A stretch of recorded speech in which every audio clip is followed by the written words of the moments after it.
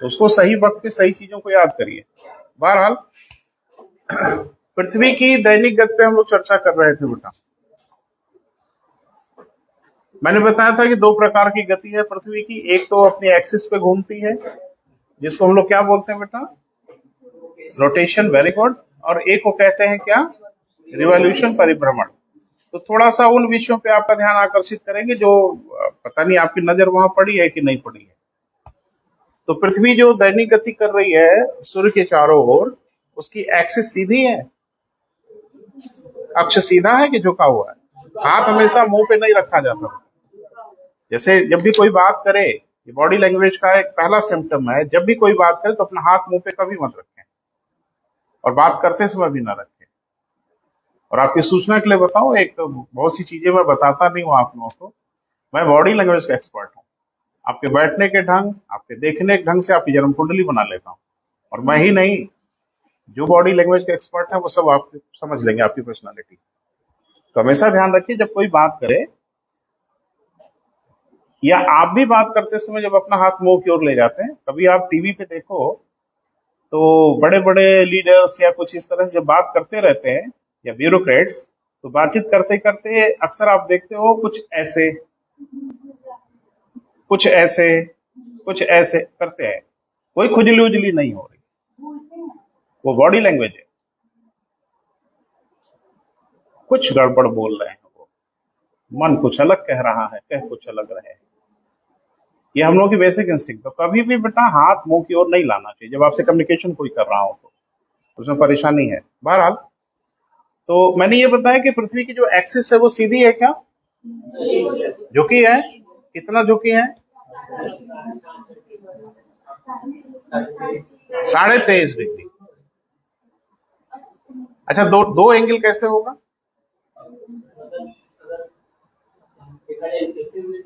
ऐसे वैसे नहीं, कुछ उसका नाम होगा। पृथ्वी की जो एक्सिस है ना, पृथ्वी का जो अक्ष है, वो ढेर सारी किताबों पे यहाँ वहां लिखा है 23.5 अंश। तो मैं आज तक ये नहीं समझ पाया कि एक रेखा का कोण होता है क्या? एक्सिस तो एक रेखा है ना, रेखा के लिए तो दो लाइनों की जरूरत पड़ती है ना। अगर हम पृथ्वी के एक्सिस को, जैसा आप कह रहे हो, थोड़ा झुका है, हम ऐसे मान लें, यानी वो सीधा नहीं है, तो इसका कोण कैसे बता दोगे? किसी एक, अच्छा आपने जो 23.5 बोला, वो 23.5 कोण किधर से नाप ले? तो एक तो सबसे बड़ी गलती, उसको आज ठीक कर लीजिए सभी लोग। पृथ्वी की एक्सिस का झुकाव कोई एब्सोल्यूट फेनोमेना नहीं है जो आप फटाक से 23.5 बोलते हो और सहित कर देगा परीक्षा में आपको, आता हुआ गलत करोगे। तो पृथ्वी की एक्सिस का, अक्सर मैंने किताबों में गलती देखी है, पृथ्वी का अक्ष झुका हुआ 23.5 डिग्री। अरे एक आप कैसे बोल सकते हो भाई? तो पृथ्वी इस लाइन का कोण नापने के लिए हमारे पास दो सापेक्ष होगा, या तो हम इस रेखा से कोण नापें, या तो हम इस रेखा से कोण नापें। एक रेखा का कोण कैसे नाप सकते हैं? तो यहां से जो कोण है बेटा, वो क्या है? 23.5 डिग्री। और जाहिर सी बात, ये पूरा 90 डिग्री अगर है, तो नीचे कितना बचा ये दुनिया को पता है। तो ये बचेगा कितना? 66.5 डिग्री।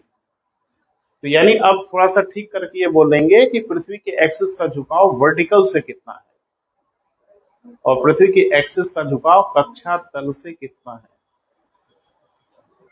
है ना? तो कक्षा तल से झुकाव है 66.5 अंश, और वर्टिकल से झुकाव है 23.5 अंश। और झुकाव कोई शब्द है ही नहीं है। तो जब भी कोई झुकाव पूछे ना, जैसे मान लीजिए हम आपसे पूछे गोरखपुर कितना दूर है, तो मुझे लगता है आप ये समझ पा रहे हैं कि सर यहाँ आजमगढ़ में है या कहीं है, तो वहां से बोल रहे हैं। हम दिल्ली से भी पूछेंगे तो भी 100 किलोमीटर बताओगे आप। हम न्यूयॉर्क से भी पूछेंगे तो भी 100 किलोमीटर बताओगे आप। तो 23.5 एब्सोल्यूट फिनोमेना थोड़ा ही है, कहां से, तब बता पाएंगे कितना। तो पृथ्वी के अक्ष का झुकाव कक्षा तल पर बने लंब से 23.5 डिग्री, और कक्षा तल से कितना बेटा 4.5 डिग्री। अभी ढेर सारे बच्चे कंफ्यूज है, ये कक्षा तल वल क्या है, ठीक है, तो ये थोड़ा सा ठीक करिएगा। अभी हम एक डायग्राम आपको बनाएंगे और यहीं से भूगोल की पूरी कहानी शुरू हो जाएगी। एक डायग्राम हम लोग देखते हैं बेटा, समझने की कोशिश करते हैं। कक्षा तल समझते हो? अच्छा, पहला तो प्रश्न ये है कि जैसे ये पृथ्वी की एक्सिस है और ये सूरज है, सूर्य है, सन है, तो ये वर्टिकल से 23.5 इंक्लाइंड है। किधर? इधर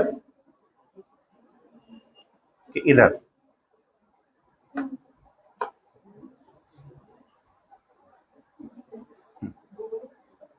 अरे एक बात होता है बेटा कि जैसे मान लो ये सन है अरे भाई रुक जाओ रुक जाओ रुक जाओ, ये सन है और ये सपोज करो पृथ्वी है, तो पृथ्वी की एक्सिस वर्टिकल तो नहीं है, ऐसे नहीं घूम रही है, इसकी एक्सिस झुकी है और झुकी हुई दशा में चक्कर लगा रही है। बस मैं ये जानना चाह रहा हूं कि ये सूरज की ओर झुकी है कि ऐसे झुकी है कि इधर झुकी है कि इधर झुकी है, या इधर भी हो सकता है थोड़ा सा। देखो दो चरम कंडीशन मैं आपको बता रहा हूं, उसमें से चूज कर लीजिएगा। क्या पृथ्वी का एक्सिस सन की ओर झुका है या पृथ्वी का एक्सिस सन की से थोड़ा अपोजिट झुका हुआ? बड़ा सन्नाटा है, सन्नाटे को तोड़िए, कुछ जवाब दीजिए। अब बोले क्या सूर्य? आगे सेंटेंस पूरा करिए। सूर्य की ओर झुकी हुई है। मैंने ये अनुमान लगा लिया कि मैंने कहीं कंफर्म हो, और गजब की बुद्धि है आपकी। अच्छा चलो हम बताते हैं, बताना किधर झुकी हुई है। आपने बोला सूर्य की ओर झुकी हुई है, चलो झुका देते हैं, अब चक्कर लगाते हैं। अरे भाई सूर्य की चारों चक्कर लगा रही है ना। अब तो समस्या ये है यार कि वही तुमको रोकना था कि सर ये कौन सा ड्रामा है। अरे एक जगह रुक के थोड़ी देख रहे हैं। पृथ्वी तो इस दशा में, अगर आप कह रहे हो सूर्य की ओर झुकी है, तो इसी दशा में सूर्य का चक्कर लगा रही है ना बेटा, तो हर दिशा में जा रही है। अभी सूर्य की ओर है, जैसे कैप देखो ना, अभी सूर्य की ओर है, तो यहां से ये आ गया, अब कैप किधर है? सूरज से दूर हो गया। तो थोड़ा बुद्धिमानी से जवाब देना था, लेकिन आप तो फंसी गए जाल में, है ना।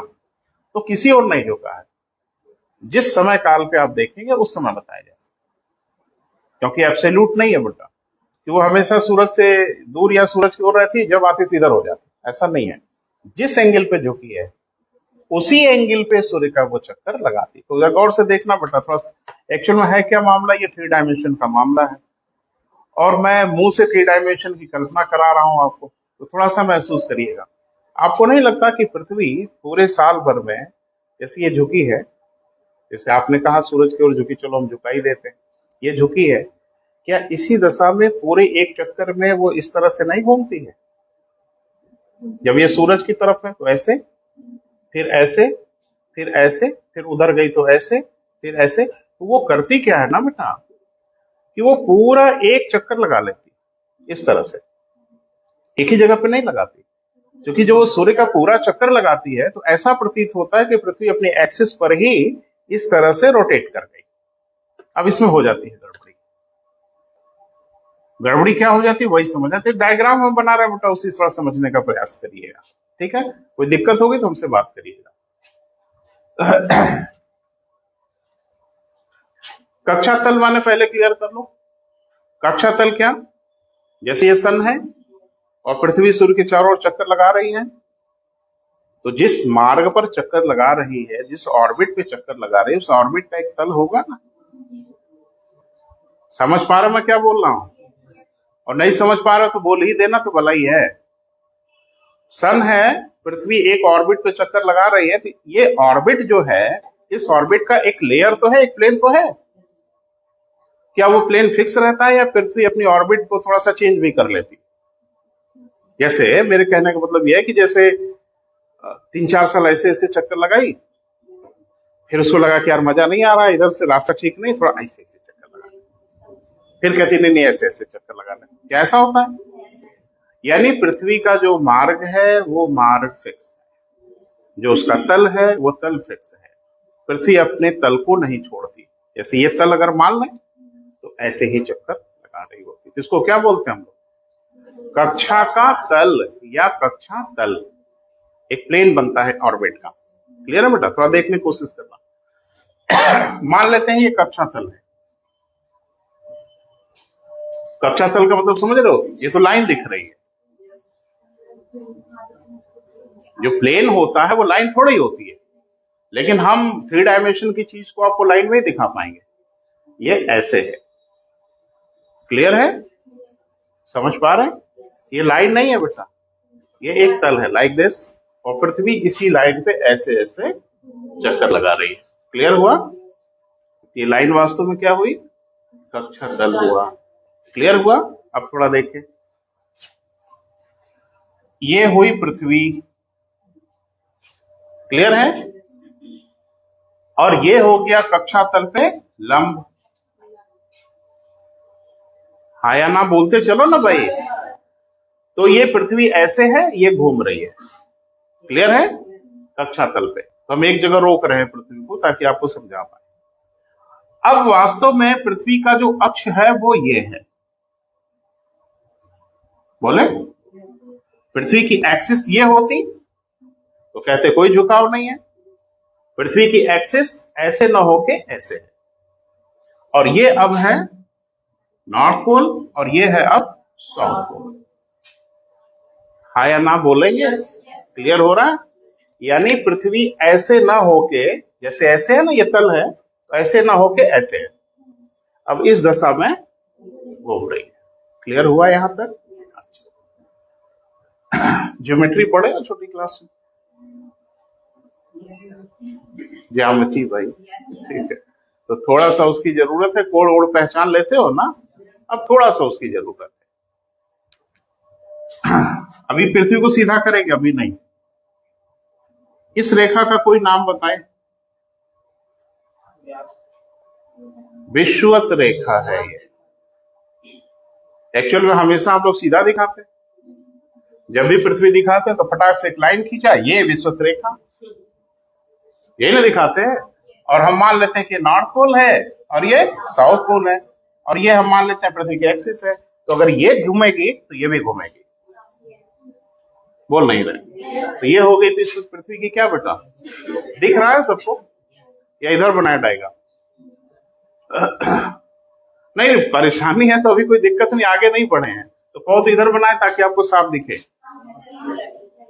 दिखना बहुत जरूरी है बेटा। मैं आपको बताऊं, एक टीचर के रूप में जिसको ये समझ में आता है उसको पूरा भूगोल समझ में आता है। पूरे भूगोल की कुंजी है ये, और बेवजह आप बिना कुंजी लिए भूगोल का ताला खोल रहे थे। तो चाबी होनी चाहिए ताला खोलने के लिए, नहीं तो आप ताला नहीं खोल पाओगे, झांकोगे इधर उधर से। ताला खोलिए, कमरे में घुसिए, सब कुछ निरीक्षण करिए। ये जो समझता है उसको पूरा भूगोल समझ में आता है। बहरहाल चलो इधर बनाते हैं। अच्छा, ये डायग्राम कहीं दिखा नहीं था? अच्छा, वो ज्वार भाटा वाला दिखा घर पे? दोनों तरफ था ना ज्वार? ज्वार दोनों तरफ दिख रहा था ना? तो अब तक काहे नहीं दिखा आपको? ध्यान नहीं दिए थे। तो ध्यान ही तो देना है। और हम कोई आविष्कारक थोड़ी हैं, बस हम ध्यान दे देते। आप ध्यान नहीं देते हो, हम ध्यान देते, बस यही अंतर है। चलो ये हो गया बेटा। अभी हम सब लिखेंगे, परेशान मत होना। ये क्या है? कक्षा तल है, ठीक है। और हम दिखा देते हैं पृथ्वी को। क्लियर है? अब टेढ़ी मेढ़ी हो जाएगी, ज्यादा ठीक करेगा तो काम चालू है ना? समझ में आ रहा है ना? पृथ्वी है, चलो। और ये हो गया कक्षा तल पे लंब। गड़बड़ हो रहा है डायग्राम। अगर गड़बड़ होगा बेटा तो समझने में थोड़ी तकलीफ हो जाएगी, ठीक है। ये हो गया पृथ्वी का क्या? एक्सिस। और ये हो गई हमारी विषुवत रेखा। यहां तक ठीक है? डायग्राम बनाना भी पड़ेगा बेटा आपको, ठीक है। अब नाम लिखते हैं। कक्षा तल पर लंब। और ये रेखा क्या बता रही है बेटा? कक्षा तल, और ये क्या है? पृथ्वी का अक्ष। ये ना नॉर्थ पोल है बेटा, ये ना साउथ पोल है। क्लियर है? अब काम होगा ज्योमेट्री का, यानी अब जरूरत है ज्योमेट्री की, समझने की कोशिश करते हैं। ये एंगल आपको पता है 23.5 अंश, ये एंगल आपको पता है 66.5 अंश। इस रेखा को इससे मिलाइए और इस रेखा को इससे मिलाइए। ये जहां कट कर रही है ना सर्किल को, वहां से एक इसके समानांतर रेखा खींचिए और जहां यहां कट रही है उसके समानांतर रेखा खींचिए। कभी आपने नोटिस किया कि कर्क रेखा 23.5 पे कहा है? 23 पे कहा है नहीं थी, या पूरा 24 कर लिया होता? आखिर इसके पीछे वजह होती है ना बेटा, तो वजह क्या है भैया समझने की कोशिश करते हैं। एक बात मुझे बताइए, ये 66.5 है तो ये कितना है? हाँ, ज्योमेट्री मैंने कहा ना अभी थोड़ी ज्योमेट्री की जरूरत होगी। ये 66.5 हो गया, हाँ या ना? ये अगर 66.5 हो गया तो ये कोण कितना हुआ? आराम से, घबरा के नहीं। ये अगर 66.5 डिग्री है तो ये वाला एंगल कितना होगा? 3.5, क्योंकि पूरा 90 डिग्री है। तो ये कितना हुआ बेटा? ये अगर 23.5 है तो ये एंगल कितना होगा? ये एंगल अगर x डिग्री है तो ये एंगल कितना होगा? x की डिग्री होगा ना, तो वही ना मामला है। ये भी कितना हुआ? 23.5 की तो बौछार हो गई है ना। और ये अगर 23.5 तो ये एंगल, ये बेटा हाँ 23.5 ही होगा। ये एंगल कितना होगा? हाँ, एकांतर कोण जो भी कहें 23.5। अब बाकी की जरूरत नहीं है, मिटाइए।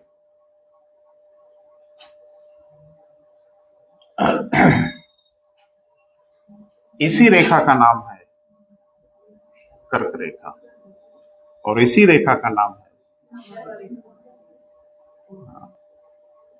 मकर रेखा। अब समझ में आया? अगर पृथ्वी का एक्सिस कक्षा तल से 30 डिग्री झुका होता तो कर्क और मकर रेखाएं 30 डिग्री पर मिलती। क्लियर है? तो आखिर ये रेखाएं मिल क्यों रही हैं? मैंने इसका मतलब क्या है? धरती पे आप भी यात्रा किए होंगे, हम भी यात्रा किए, कोई रेखा उखा तो नहीं दिखी हम लोगों को। क्या आपको दिखी? कोई बताता है कि इलाहाबाद में है, तो मैं तो एक महाकुंभ भर रहा 12 साल। जब गया था तो एक महाकुंभ लगा था, जब इलाहाबाद छोड़ा तो दूसरा लगा, तब छोड़ा। तो 2 महाकुंभ मैंने तो नहीं देखा इलाहाबाद में कोई रेखा होगा। किसी ने कहा इलाहाबाद में थोड़ा ही है, वो नैनी में है। तो नैनी भी मैं गया, एग्रीकल्चरल इंस्टीट्यूट वहां पे बड़ा शानदार इंस्टीट्यूट है, वहां भी कुछ नहीं, कोई रेखा होगा नहीं। या आप भी सड़क पे यात्रा किए होंगे, कहीं रेखा होगा दिखी? बस से चलते चलते दिख गई रेखा। तो कहाँ है रेखा? ये कल्पना नहीं है बेटा, आज तो पूरी दुनिया चल रही है इसी रेखा पे। हमारी घड़ियां चल रही इसी रेखा पे, एरोप्लेन चल रहे हैं इसी रेखा पे, पूरा सिस्टम चल रहा है इसी रेखा पे, सब कुछ इसी रेखा पे ही है। बहरहाल अभी बाद में, अभी उधर नहीं आएंगे, अभी पहले इसको क्लियर करो। ये क्लियर हुआ बेटा? अब समझ में आया कि कर्क और मकर रेखा काहे 23.5 पे दिखी? ये 23.5 है इस वजह से दिखी। ये अगर 20 होता तो ये भी 20 आता। क्लियर है बेटा? यानी पृथ्वी के एक्सिस का वर्टिकल से झुकाव के कारण हमको दोनों तरफ पृथ्वी के, अब इसको सीधा करेंगे अभी तो आपको थोड़ा ज्यादा क्लियर होगा। तो पृथ्वी को सीधा करके दिखाते हैं, थोड़ा ऊपर बनाते हैं। उसी डायग्राम को हम थोड़ा सा सीधा कर देते हैं। तो ये अब हमारी क्या हो गई बेटा? विषुवत रेखा। उसी को सीधा कर रहे हैं डायग्राम को, और यहां पे एक रेखा मिल गई कर्क रेखा, ट्रॉपिक ऑफ कैंसर इंग्लिश में कहते हैं। कितना बेटा? 23.5 डिग्री। और फिर एक रेखा इसके नीचे मिलेगी मकर रेखा, ट्रॉपिक ऑफ कैप्रिकॉर्न, है ना? कितना बेटा? 23.5 डिग्री। नहीं, मैं भी विद्यार्थी था आपके जैसा, तो हम भी पढ़े बड़े भूगोल, तो कर्क रेखा 23.5, मकर रेखा 23.5, तो हम तो जान नहीं छोड़ते, क्योंकि यही मेरी आदत रही है तब भी और अब भी। कि खाली लिखा हुआ सुन के नहीं महसूस करेंगे, वजह भी जानेंगे। तो आखिर कर्क रेखा किसी को खींचना ही था तो यार 23 कर दिए होते या पूरा 24 कर दिए होते, ये 12.5 लगा दिया। तो एक दिन मुझे याद आया कि यार इस 23.5 का पृथ्वी के अक्ष के झुकाव के 23.5 से कोई रिश्ता है क्या? क्योंकि पृथ्वी के अक्ष का वर्टिकल से 23.5 है, तो क्या वही वजह तो नहीं है इन दोनों के 23.5 का? अब वजह वही है, डायग्राम में दिख रहा है। क्लियर है बेटा? एक बार पूछा, पीसेस में तो नहीं, सिविल सर्विसेज में सूडो क्वेश्चन पूछे जाते हैं, काल्पनिक प्रश्न पूछे जाते हैं। जैसे उसने पूछा कि अगर पृथ्वी के अक्ष का झुकाव नहीं होता, पृथ्वी का अक्ष कक्षातल पे लंबवत होता, तो मौसम, जलवायु और दिन पे क्या प्रभाव पड़ता?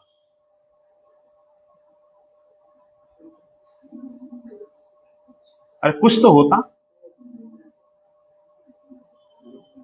वही जानना चाह रहे क्या होता। और 30 अगर झुका होता तो क्या होता? तो अभी क्या होता है वो नहीं आइडिया है। क्लियर? तो भी आइडिया लग जाएगा बेटा तो सब ठीक हो जाएगा। थोड़ा एक बात समझिए, एक्चुअल में होता क्या है कि ये 23.5 झुका है, अब इसी 23.5 पे ये पूरा मूवमेंट हो रहा है।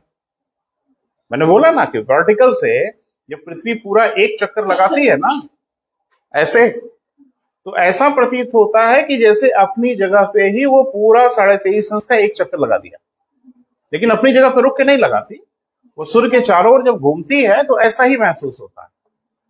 अब इससे फर्क ये पड़ता है कि सूर्य की जो लंबवत किरणें होती हैं, वर्टिकल रेज होती हैं, ये पृथ्वी पर एक जगह नहीं पड़ती। कैसे पड़ेगी आप मुझे बताओ? अभी ऐसे है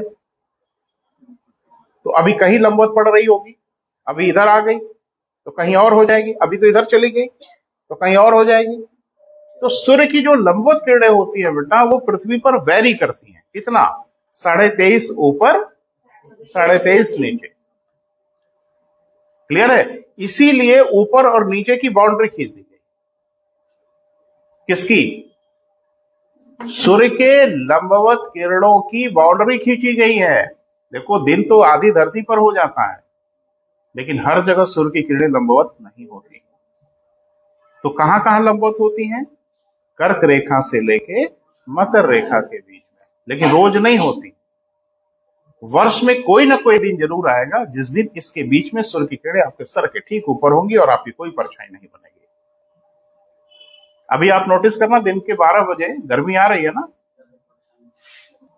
आपके घर की भी शैडो क्रिएट होगा। ऐसा बिल्कुल नहीं होगा कि आपके घर की परछाई ही ना बने ठीक दिन में 12 बजे।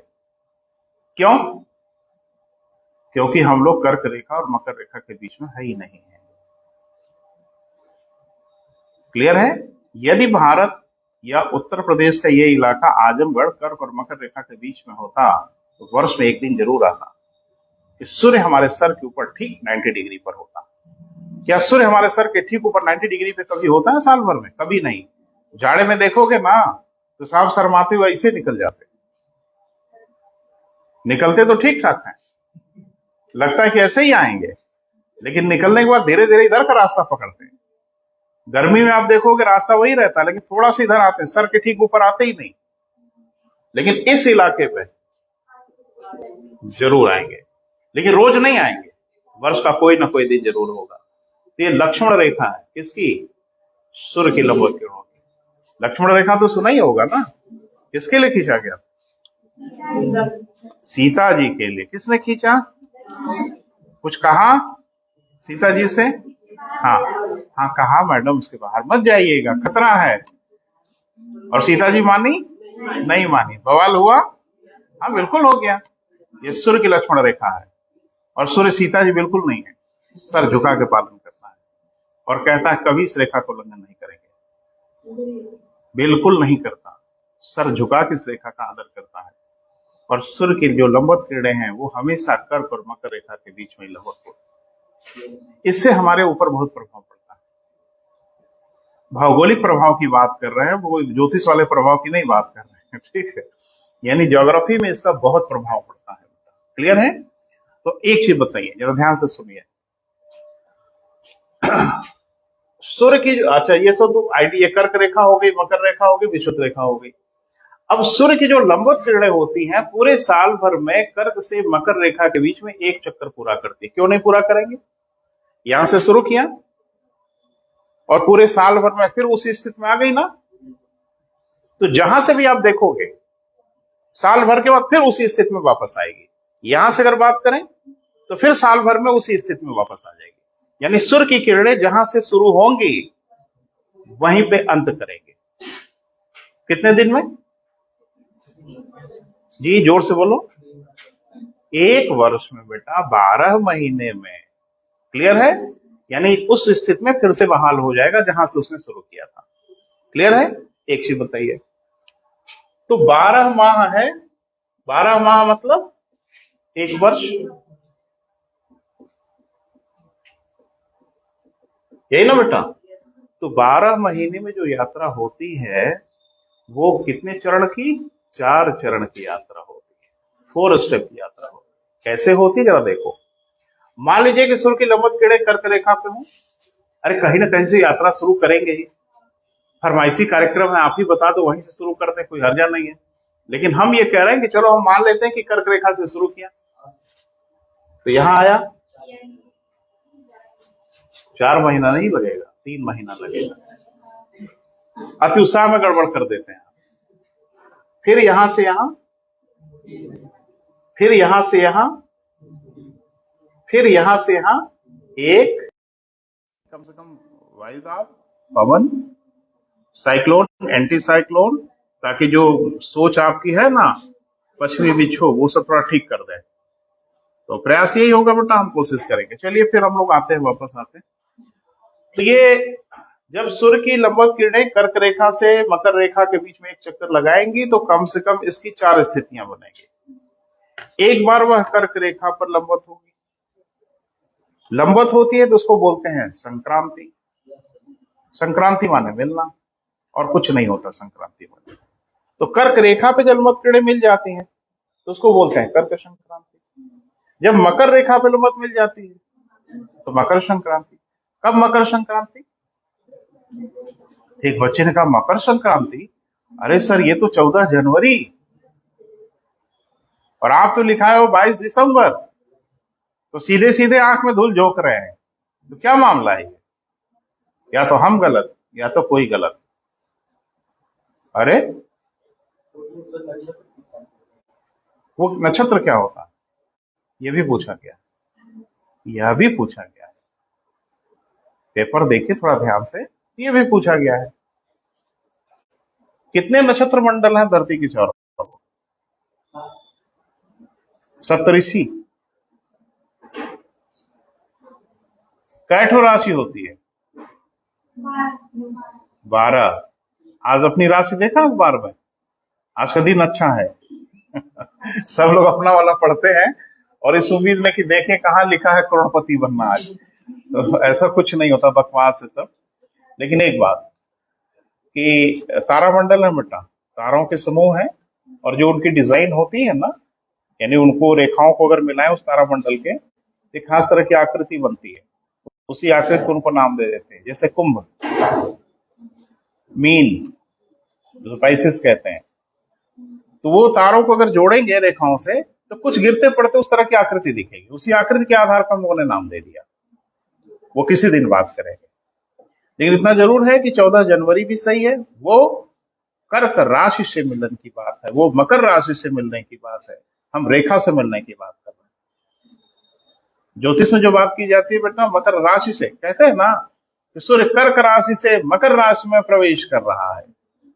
दुर्भाग्यवश यही है कि वो राशि भी कर्क मकर है, रेखा भी कर्क मकर है।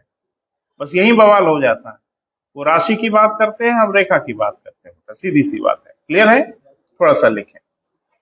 डायग्राम बेटा खूब अच्छा से बनाइए, खूब सिस्टम से डायग्राम बनाइए।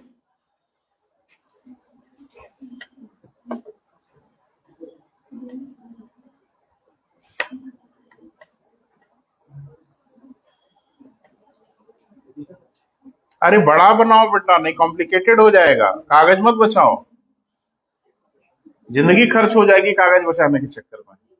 बड़ा सा डायग्राम बनाइए ताकि सब आपको दिखे साफ साफ, और जहां कंफ्यूजन होगा हमसे बात करिएगा।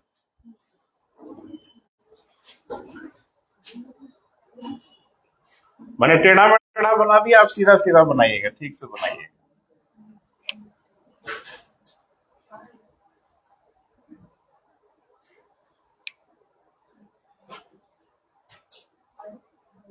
जल्दी बेटा जल्दी, जल्दी करो, कुछ लिखना भी है।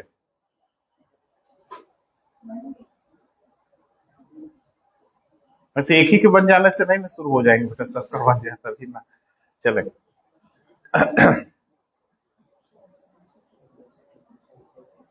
अच्छा, कभी ये क्वेश्चन देखा है कि सूर्य की लंबवत किरणों का विचलन धरती पे कितने डिग्री होता है?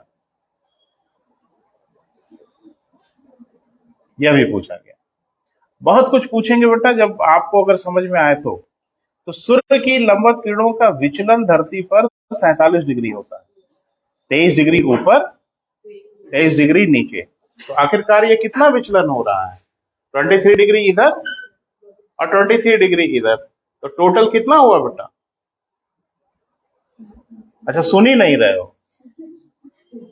टोटल विचलन हुआ 47 डिग्री, 23.5, 23.5 कितना, 47 डिग्री। चलिए अभी सब लिखाते हैं बेटा।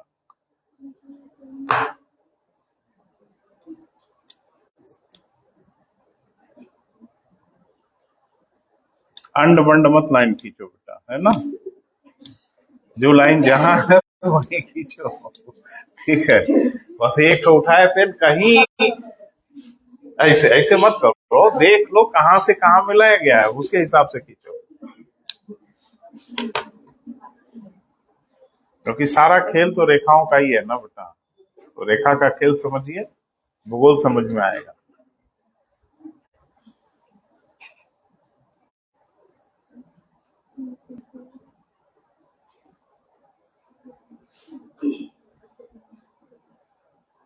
हो गया बेटा? चलो बना लेना, बोर्ड पे ही रहेगा, कुछ लिखवा देते हैं, है ना बेटा। शुरुआत करें। पृथ्वी के अक्ष का झुकाव, शुरू करो बेटा, शुरू करो, बोर्ड पे रहेगा, बना लेना, एक रफ आइडिया बना के छोड़ दो, फिर क्लियर करना। हाँ। पृथ्वी के अक्ष का झुकाव डैश करिए। नंबर 1, कक्षा तल पर बने लंब से 23.5, कक्षा तल पर बने लंब से, लंब माने वर्टिकल से, कितना बेटा? 23.5 अंश। दूसरा, कक्षा तल से 66.5 अंश, 66.5 डिग्री, कक्षा तल पर बने लंब से कितना बेटा? 66.5 अंश झुका हुआ। ठीक है, नीचे से लिखें। पृथ्वी के अक्ष का झुकाव कक्षा तल से 23.5 अंश होने के कारण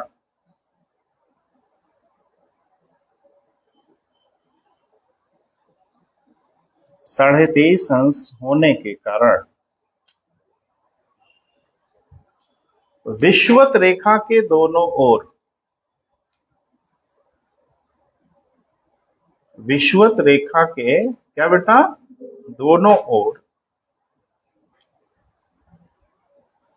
23.5 अंश पर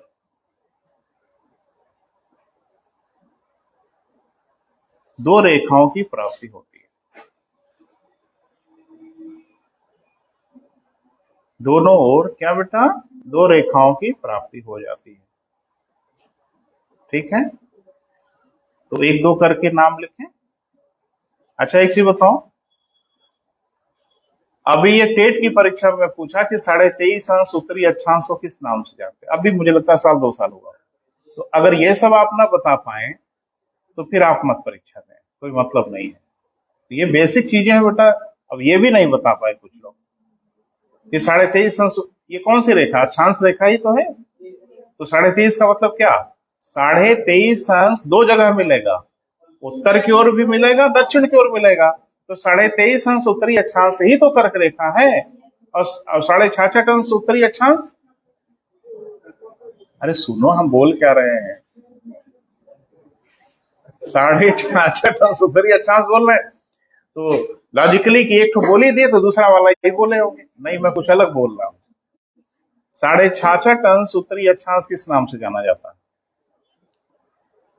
देखिए सुनो बेटा, अक्षांश रेखाएं तो 0 से 90 के बीच में, इधर भी 0 से 90 के बीच में बहुत अक्षांश रेखाएं है ना। लेकिन कुछ ही अक्षांश रेखाओं को नाम दिया गया, सारी अक्षांश रेखाओं के नाम नहीं है।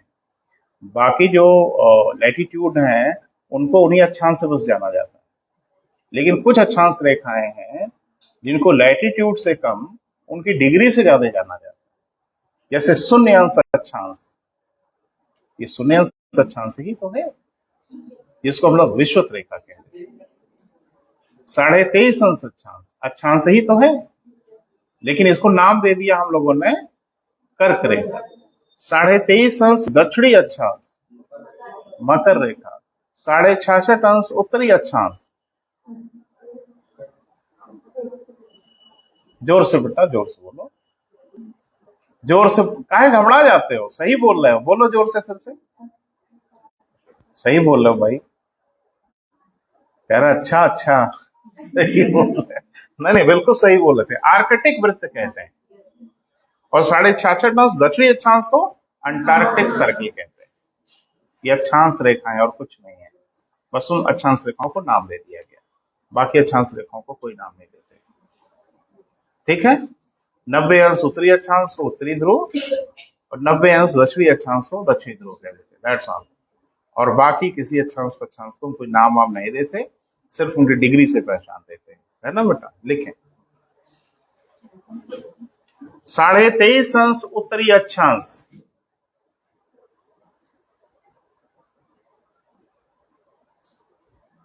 साढ़े 23 अंश क्या बेटा? उत्तरी अक्षांश। ठीक है, ब्रैकेट में नाम लिखिए उसका, कर्क रेखा। उसको क्या कहते हैं बेटा? कर्क रेखा। दूसरा 23.5 अंश दक्षिणी अक्षांश, क्या नाम है बेटा? मकर रेखा। अभी इतने से ही काम है, तो बाकी छोड़ो। ठीक है, नीचे लिखो बेटा, शुरू करो। सूर्य की लंबवत किरणों का विचलन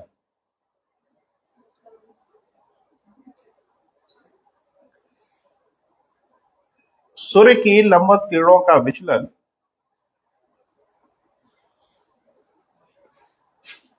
पूरे वर्ष में कर्क रेखा से मकर रेखा के मध्य ही होता है। कर्क रेखा से किसके बेटा? मकर रेखा के मध्य ही होता है, बीच होता है। क्लियर हुआ?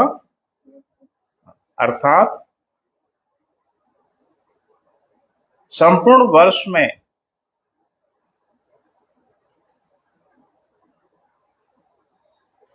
सूर्य की लंबवत किरणों का कुल विचलन 47 डिग्री होता है, 47 डिग्री होता है।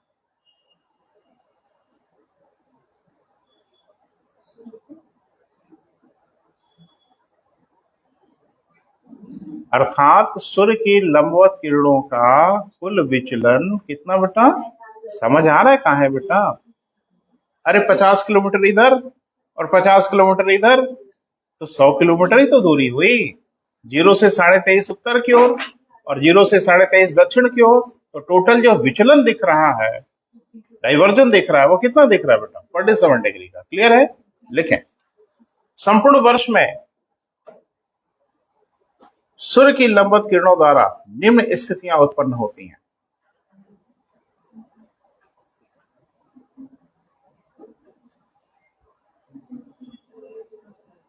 संपूर्ण वर्ष में सूर्य की लंबवत किरणों द्वारा निम्न स्थितियां उत्पन्न होती हैं। आराम से लिखिएगा, समझने की कोशिश करिएगा, और हम आपको कुछ बताने की कोशिश करेंगे, खास करके उन बच्चों के लिए जो अभी फ्रेशर हैं, जिनको बहुत। देखो एक बात, मुझे वो बच्चे बहुत पसंद हैं जिन्होंने बिल्कुल नहीं पढ़ा है। जानते हो क्यों? उन बच्चों के साथ थोड़ी परेशानी हो जाती है जिन्होंने कुछ पढ़ा है, क्योंकि कुछ गलत सलत अगर पढ़ा है ना, तो मेरे लिए तकलीफ हो जाती है। बोर्ड एकदम अगर साफ है ना, तो मिटाना नहीं पड़ता, सिर्फ लिखना पड़ता है। और बोर्ड पे अगर कुछ लिखा है, कूड़ा कचड़ा है ना, तो रगड़ रगड़ के मिटाना पड़ता है, कुछ मिटता भी नहीं जल्दी। तो जो बच्चा एकदम फ्रेश है ना, क से पढ़ाएंगे, क से वो बोल, ABCD से। और मैं आपसे कोई उम्मीद नहीं करूंगा कि जिंदगी में आपने भूगोल पढ़ा है कि नहीं पढ़ा है, लेकिन शर्त यह है कि शुरुआत यहां से करें। लेकिन लोगों ने इस शहर का मुझे पीजीआई बना दिया। पीजीआई मतलब समझ रहे हो? हर जगह इलाज उलाज करा के जब थक जाते हैं तब इधर का रुख करते हैं। तो पहले ही पीजीआई आ जाओ ना, कोई तकलीफ ही नहीं होगी। तो जाहिर सी बात है कि अगर फ्रेशर्स बच्चे आते हैं यहाँ तो झक मार लेते हैं 4-6 साल, जब उनको समझ में आ जाता है कुछ बनने बिगड़ने वाला नहीं है तब रुख करते हैं। तो पहले ही आ जाए तो हम यहीं से जीरो से शुरुआत कर दें और सब कुछ ठीक कर देंगे। लेकिन अब किसी को समझाया नहीं जा सकता, बच्चे बहुत समझदार हैं, ठीक है, बहुत ज्यादा। हम 20 साल में यही तो देखे कि यहाँ के बच्चों जैसा बुद्धिमान धरती पर नहीं है। गजब की बुद्धि है, लेकिन गलत जगह बुद्धि का प्रयोग करते हैं, है ना। चले, पहला कर्क संक्रांति, समर सोलस्टिस, हिंदी में लिखो कोई परेशानी नहीं, कर्क संक्रांति। हम तो 20 साल से यहीं पे बैठे हुए हैं बेटा, इंतजार कर रहे हैं कि आप लोग कब आओ कब आओ, है ना। चले, न जाने कई बार इधर से गुजरे होंगे, कभी उठा के भी सर नहीं देखा होगा कि इधर भी कुछ है। चलिए, नहीं सुनो, बहुत ढेर सारे बच्चे ये घबराते हैं कि कहीं गए अगर तो पकड़ के फीस उसमें ले लें। अरे बेटा ऐसा बिल्कुल नहीं है। आप इंक्वायरी लेने आ सकते हो, हम क्या कर सकते हैं आ सकते हो, कैसे पढ़ना है पूछने के लिए आ सकते हो। ठीक है, प्रोफेशनल वर्क हमारा, इसमें कोई शक शुबा नहीं है, व्यवसायिक कार्य कर रहे हैं, लेकिन एक मिशन पे आए थे यहाँ। उस मिशन पे हम सफल हो गए। मिशन ये था ना कि यहाँ के बच्चे पढ़ना शुरू कर दें। और आपको बताऊं बड़ा अच्छा लगता है, जब शाम को यहाँ से 300-400 बच्चे पढ़ते हुए घर की ओर जाते हैं, भले पढ़े ना पढ़े, पढ़ने के नाम पे निकले ना। और जब हम यहाँ आए थे ना, पढ़ाई का यहाँ नामो निशान नहीं था, सिर्फ हाई स्कूल इंटर को छोड़ के। एक मिशन था बेटा, जिस मिशन पे हम लोग निकले, और आज बहुत अच्छा लगता है कि मिशन कामयाब है। यानी मिशन इम्पॉसिबल नहीं है, मिशन पॉसिबल हो गया, है ना बेटा। देखो सीधी सी मंशा है, इस शहर के अगर 2000 बच्चे पीसीएस परीक्षा दे रहे हैं, इस शहर में अगर 2000 बच्चे पीसीएस परीक्षा दे रहे हैं, तो डेफिनेटली उसमें कुछ अच्छे जरूर होंगे और वो रिजल्ट जरूर दे देंगे। सब भले ना दें, लेकिन जब पूरे आपके शहर से एक आदमी पीसीएस का फॉर्म ही नहीं भर रहा है, क्योंकि वो मानसिक रूप से इतने डरे हुए हैं और बचपन से उनको डराया गया है कि बेटा तुम पैदा हुए हो खाली सिपाही बनने के लिए, बस सिपाही उपाही सोचो, बाकी सोचने के लिए तुम बने ही नहीं हो। तो बच्चे क्या कर सकते हैं। मैं एक उदाहरण बता रहा हूँ बेटा, उसको अन्यथा मत लेना। मेरे यहाँ एक बच्चा आया, रवि कुमार, सब मेरे मीडिया पे पूरा डिटेल है। वो कहीं किसी कोचिंग में पढ़ता, तो मैं नाम वाम नहीं लूंगा, उसका सिपाही में नहीं हुआ। परीक्षा दिया, वो जो पहली भर्ती आई थी मायावती जी के शासनकाल में, तो उसका हुआ नहीं। किसी ने उसको सलाह दिया होगा। मेरे यहाँ जो आते हैं वो सलाह वाले आते हैं, क्योंकि मैं प्रचार प्रसार करता नहीं और हमारे जिद के नहीं करता। 20 साल से शहर में पढ़ा रहा हूं, अगर मेरे पढ़ाने को लोग नहीं समझ पाए तो न समझें। अकेले मेरा ही ठेका थोड़ी, आपको अपनी जिंदगी बनानी है और मुझे अकेले थोड़ी कोचिंग चलानी है। तो आपको अपने भविष्य की चिंता नहीं है तो ना रहे, और जाइए झक मारिए और फिर आएंगे आप लास्ट में। तो आप पता लगाइए, आपकी भी जिम्मेदारी है कि आप पता लगाएं कि कहाँ हमको पढ़ना चाहिए, कहाँ नहीं पढ़ना चाहिए। अब मैं प्रचार करता ही नहीं। बहरहाल आते हैं बच्चे, ऐसा नहीं है, तो किसी ने उनको सलाह दिया होगा। मेरे यहाँ दूसरी संतति आके पढ़ रही है, बाप पढ़ के गए, उनका बेटा आके पढ़ रहा है। ऐसे कम से कम हर बैच में 4-4, 5-5 बच्चे दिखते हैं। बताते हैं बच्चे कि सर पापा यहीं पढ़े थे, तो अच्छा लगता है। मजाक नहीं कर रहे हैं, कभी आके देख लेना। और एक बात समझ लो, बाप कम से कम अपने बेटे को तो नहीं फंसाएगा, चाहे कुछ भी हो जाए। अगर बाप 100% संतुष्ट नहीं होगा तो कम से कम वो अपने बच्चे को तो नहीं भेजेगा। तो एक पिता जब अपने बच्चे को मेरे यहाँ भेजता है जो खुद यहाँ पढ़ के गया है, तो मुझे मोक्ष मिल जाता है एक टीचर के रूप में, क्योंकि कम से कम उसने प्रमाणित किया है कि सर आप बेस्ट हो। नहीं तो कहीं और भेज देता भाई। तो ये सब हो रहा है बेटा, तो आपने अप्रिशिएट किया शहर में, तभी तो 20 साल से हैं। 20 साल छोटी अवधि नहीं होती, नहीं तो मैं ताला बंद करके चला जाऊंगा, सीधी सी बात है। मेरे पढ़ने वालों की कमी थोड़ा ही है, कहीं और चले जाएंगे, मजमा लगा लेंगे सड़क के किनारे। लेकिन यहाँ बच्चे आ रहे हैं पढ़ने 20 सालों से, सो मैं हूं, नहीं आएंगे बंद कर देंगे, सीधी सी बात है। कैसे चलाएंगे भाई। तो आ रहे हैं बेटा, ये बड़ी अच्छी बात है। और अब तो नए नए एरिना खुल रहे हैं, अब तो और आ रहे हैं, तो सब होगा, मैं रहूंगा, बात करूंगा। बहरहाल कर्क संक्रांति को मतलब क्या है बेटा? जब सूर्य की लंबवत किरणें कर्क रेखा पर पड़ने लगे, इस घटना को भूगोल में हम लोग क्या बोलते हैं बेटा? कर्क संक्रांति। और यह घटना प्रतिवर्ष 21 जून को होती है। जब हो जाती है तो क्या होता है? तो आपको पता है कि पृथ्वी 2 गोलार्धों में बटी है। गोलार्ध समझते हैं? कौन नहीं समझता? बोल दीजिए। नहीं समझते तो आज ही समझ जाएंगे। आप बेटा परेशानी है? हाँ तो शर्मा काहे रहे हो? कई दफा बताओ कि मत शर्माना मेरे सामने, और हम आपकी हर परेशानी समझते हैं। देखो, जो पढ़वैया हो ना वो अपने घर के रहें, और एक मैदान जंग में तो पता चलेगा ही कितनी पानी में हो। आप यहाँ पढ़ने आए हो। कोई हंस देगा, कोई रो देगा, कोई परेशान हो जाएगा, वो रहे अपने घर, है ना? क्योंकि ये महासमर ऐसा है ना बेटा, यहाँ छुपेगा कुछ भी नहीं। जब मैदान जंग में उतरोगे तो यहाँ हैसियत सबकी समझ में आएगी। तो तुमको दूसरे से क्या लेना देना है बेटा? तुम ना आए हो पढ़ने, तुमको परेशानी, आप बात करो कि सर हमको है दिक्कत, कि फलाने को आता है, अब हम कह देंगे हमको नहीं तो लोग हंस देंगे, हंस के अपने घर जाएं, है ना? हम पढ़ के जाएंगे, सीधी सी बात है। चलो हम बताते बेटा। एक्चुअल में पृथ्वी एक स्फीयर जैसा है। 1 सेकंड का काम था, जिंदगी भर का बवाल खत्म हो जाता। काहे छुपा रहे थे? और इसको छुपाए रहते तो ये गायब रहता। डिस्क्लोज करो ना, 5 सेकंड में काम खत्म होगा। पृथ्वी एक स्फीयर जैसा है, गोले जैसा है। सर्किल नहीं है पृथ्वी, ध्यान रखना। पृथ्वी वृत्त जैसा नहीं है, पृथ्वी गोले जैसा है। पृथ्वी के ठीक बीचों बीच एक वृत्त है, जिसको कह तो देते हम लोग विषुवत रेखा, लेकिन विषुवत रेखा नहीं है, विषुवत वृत्त है। ये पृथ्वी के चारों ओर है। ऐसे समझो, क्रिकेट की बॉल देखा है ना, तो उस पर सिलाई होती है, सिलाई चारों ओर होती है। विषुवत रेखा वैसी ही है, चारों तरफ है पृथ्वी के। ये विषुवत वृत्त है। लेकिन ये वृत्त का आगे का हिस्सा जब आप देखोगे ना तो रेखा जैसा दिखेगा। क्लियर है? तो अब जैसे एक समस्या है, समस्या नहीं है, अब इसको क्या करते हैं हम लोग, एक कौन ड्रामा करे, सीधे ऐसे दिखाते, खत्म करो बवाल। ऐसे और पीछे ऐसे, पीछे वाला कैसे दिखाएं, इसलिए यही दिखा के काम चला लेते। लेकिन ये ध्यान रखना, ये कोई रेखा वेखा नहीं है, ये एक वृत्त है पृथ्वी के चारों ओर खींचा हुआ। लंबाई कितनी है लगभग? जैसे विषुवत रेखा पे कहें कि चलो सीधा मुंह करके, तो कितना चलोगे कि फिर वहीं आ जाओगे?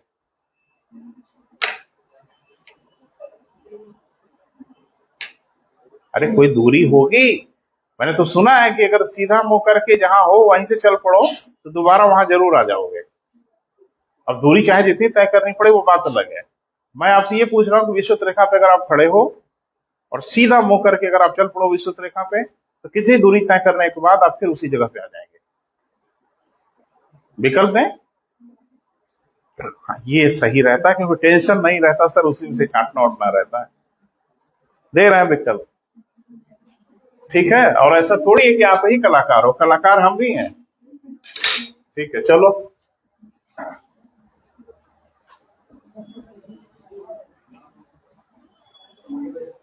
इधर उधर मत करिए। अब जो हम बोल रहे हैं उसको सुन लीजिए, फिर देखिएगा। अब तक आपकी नजर नहीं पड़ी है तो दोष आपका है।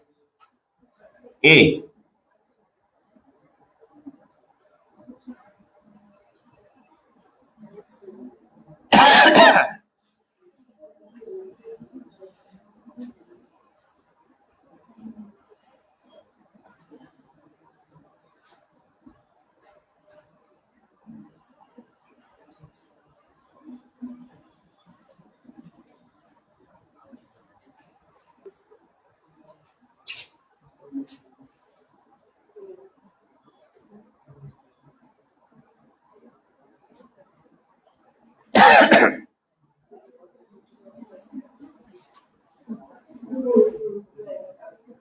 इसी पे कह रहे हैं बेटा, धीरे धीरे पैदल पैदल आराम आराम से चलो, कोई हड़बड़ी मत दिखाओ।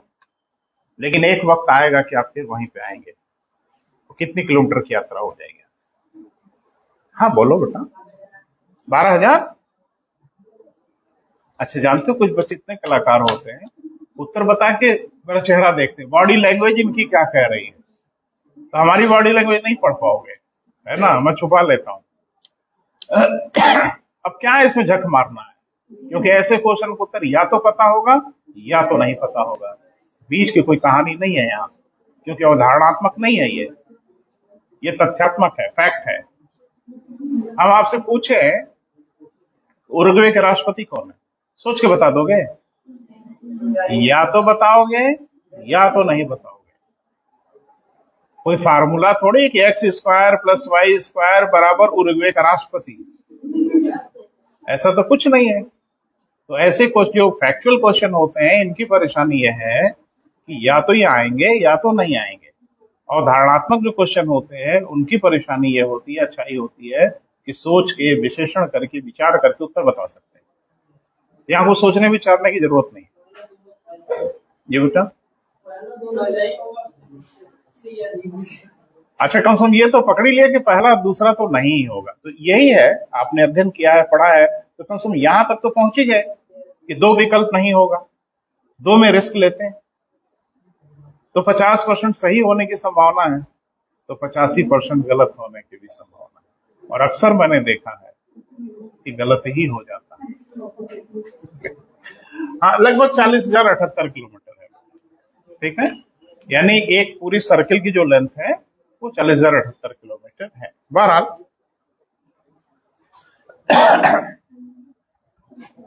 हाँ, क्या होता है बेटा, तो जरा देख लो, गोलार्ध की बात कर रहे थे। तो ये विषुवत रेखा हो गई या विषुवत वृत्त हो गई। इसके इधर का जैसे सेव है ना, बीच में से काटो तो 2 आधे आधे गोले मिल जाते हैं ना। तो आधे गोले को क्या कहेंगे? अर्धगोला, गोलार्ध कह दें, हेमिस्फीयर कह दें, कुछ भी कह दें। अब भूगोल में क्या कहते हैं? गोलार्ध कह देते हैं। गोलार्ध माने गोले का आधा। तो गोले का 2 ठो आधा दिख रहा है, एक ठो आधा उत्तर की ओर, एक ठो आधा दक्षिण की ओर, जिसको कहते हैं उत्तरी गोलार्ध, जिसको कहते हैं दक्षिणी गोलार्ध। इसमें कौन सा आइंस्टाइन का फार्मूला था? बात खत्म हुई ना, अब कोई दिक्कत नहीं है। चले, अभी हम लिखवाते उत्तरी गोलार्ध ये होगा, दक्षिणी गोलार्ध ये होगा, हवा में घूम रहे होते। चले लिखें। इस समय कुछ लिखा है ना बेटा, खाली हेडिंग है? अरे बाप रे, लिखो लिखो लिखो। प्रतिवर्ष 21 जून को सूर्य की लंबवत किरणें कर्क रेखा पर पड़ने लगती है।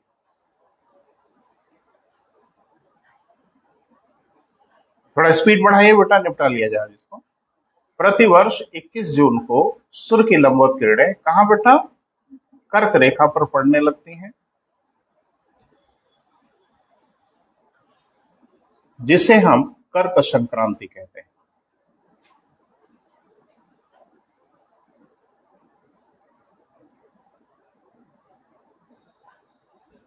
ठीक है बेटा, इसमें होता क्या है वो थोड़ा समझना है। कर्क संक्रांति अगर हो गई तो क्या होता है? बहुत सिंपल है बेटा, ध्यान से सुनना। मैंने आपसे बोला कि सूर्य की लंबवत किरणें कर्क रेखा से लेकर मकर रेखा के बीच में घूमती है। तो मोटा मोटा एक अनुमान आप लगा सकते हो कि लगभग 6 महीने उत्तरी गोलार्ध में सूर्य की लंबवत किरणें रहती हैं और लगभग 6 महीने दक्षिणी गोलार्ध में। सूर्य की लंबवत किरणें जिस गोलार्ध में रहती हैं, अरे 6 महीने रहेंगे ना किधर न किधर, तो 6 महीने जिस गोलार्ध में सूर्य की किरणें लंबवत होती है, उस गोलार्ध में गर्मी रहती है और अपोजिट वाले गोलार्ध में ठंडक होती है। यही क्रम चल रहा होता है। तो ठंडक और गर्मी के पीछे सूर्य की लंबवत किरणें जिम्मेदार हैं। अब प्रश्न ये है कि काहे जिम्मेदार है? कि जाड़े में दिन नहीं होता? जाड़े में भी दिन होता है, जाड़े में भी धूप होती है, जाड़े में भी धूप में बैठे रहते हैं। और जाड़े में बैठे थे धूप लेने के लिए, और मालूम चला कितनी ठंडक लगी कि धूप में बैठ कर रजाई ओढ़ ली। वो कौन सी धूप पड़ रही है? दिन भर धूप में बैठे रहते हैं, जाड़े में धूप ही नहीं लगती। बस 20 दिन के बाद जरा 5 मिनट खड़े होकर दिखाइएगा, ये क्या हो जाता है जादू। वही सूरज, वही गर्मी, वही उष्मा, वही शक्ति। आखिरकार सूरज की किरणों को हो क्या जाता है? देखने का जाड़े में ठंडा लगने लगता होगा। क्या जाड़े में सूरज कम चमकता है? जाड़े में सूरज से उष्मा कम निकलती है, तो फिर ये क्या होता है? अरे भैया वही सूरज है, वही सूर्य की उष्मा है, हर क्षण हर पल सूर्य एक बराबर उष्मा दे रहा है। आपके यहाँ रात होती होगी, वो बेचारा कहीं ड्यूटी दे रहा है, फिर आपके यहाँ आएगा। वो छुट्टी नहीं लेता, वो अपना काम निरंतर कर रहा है, हर क्षण हर पल कर रहा है। बारी बारी से लोग जा जाके प्रसाद लेते हैं, फिर दिन होता है, फिर रात होती है, सूर्य कहाँ अवकाश पे है? वो तो अपना काम कर ही रहा है, और हर क्षण हर पल एक बराबर गर्मी दे रहा है। फिर ये जाड़े में कम, गर्मी में ज्यादा। तो किसी ने बताया कि गर्मी में इसलिए ज्यादा है कि गर्मी में करीब आ जाता है, 4 जुलाई को करीब आता है। ठंडा तो आपको जनवरी में लगता है, जब सबसे नजदीक आ जाता है। तो कुछ पहेली है बेटा, जिसको समझने का हम लोग प्रयास करेंगे। पहले लिखे, इस समय उत्तरी गोलार्ध में ग्रीष्म काल। इस समय उत्तरी गोलार्ध में क्या होगा बेटा? गर्मी का समय।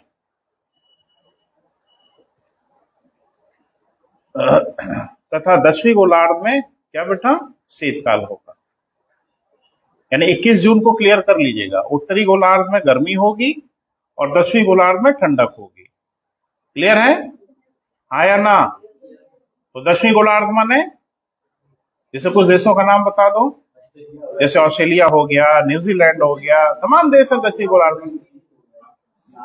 हाँ, बहुत देश है। तो एक बात कि ऑस्ट्रेलिया में ठंडक कब आती है? जब आपके यहाँ गर्मी आती है। हमारे यहाँ गर्मी आ रही है ना, ऑस्ट्रेलिया में ठंडक दस्तक दे रही है कि हम आ रहे हैं। और जैसे जैसे गर्मी आपकी प्रखर होती जाएगी ऑस्ट्रेलिया में, वैसे वैसे ठंडक आती जाएगी। ऑस्ट्रेलिया का उदाहरण मैंने क्यों दिया? क्योंकि जैसे कर्क रेखा हमारे ऊपर से गुजरती है, वैसे मकर रेखा उनके ऊपर से गुजर जाती है। तो हमारे एकदम विपरीत वो लक्षण दिखाने लगते हैं। कभी आप नोटिस करिएगा, ऑस्ट्रेलिया वगैरह की अगर कोई रिपोर्टिंग आएगी न्यूज में, आता रहता है ना, ऑस्ट्रेलिया कोई न्यूज आएगी या कुछ भी समाचार आएगा, देखना वहां के लोग कोट कोट पहने रहेंगे, क्योंकि अब ठंडक ने दस्तक दे दिया। तो थोड़ा जब टीवी पे समाचार देखते हो तो थोड़ा ये भी देख लिए जो कपड़े क्या पहने हैं। भूगोल के विद्यार्थी हो ना, तो आप कपड़े क्या पहने ये नहीं देखते, कैसा पहने ये देखते। तो देखो, जेलेंस्की टी शर्ट पहन के घूम रहे हैं, है ना? तो समझ पा रहे हैं, इस समय यूक्रेन में अब गर्मियों ने दस्तक दे दिया है। क्यों? उत्तरी गोलार्ध में हो गई, उत्तरी गोलार्ध में है तो गर्मी दस्तक दे दी। मार्च का महीना बीत गया ना, 23 मार्च गुजर गया ना। कब गुजरा? यही पढ़ते पढ़ते गुजर गया और पता ही नहीं चला। ठीक है। और सूर्य ने दस्तक दे दिया है उत्तरी गोलार्ध में, और हर दिन आपको बताएगा कि हम आ रहे हैं। प्रतिदिन आपको एहसास कराएगा कि हम आ रहे हैं, धैर्य से इंतजार करो। कहाँ पे? यहाँ पे दिन होगा तो ऑस्ट्रेलिया में रात हो जाएगी। दिन रात से इससे क्या लेना देना?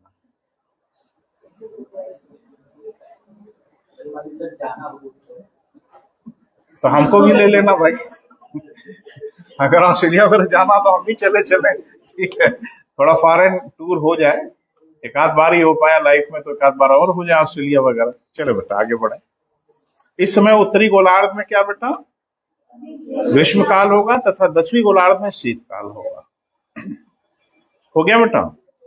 उत्तरी गोलार्ध में सबसे लंबी दिन, उत्तरी गोलार्ध में सबसे लंबे दिन, लंबे मतलब बड़े दिन, उत्तरी गोलार्ध में सबसे बड़े दिन तथा सबसे छोटी रातें होती हैं। सबसे छोटी क्या होती है बेटा? रातें होती हैं, जबकि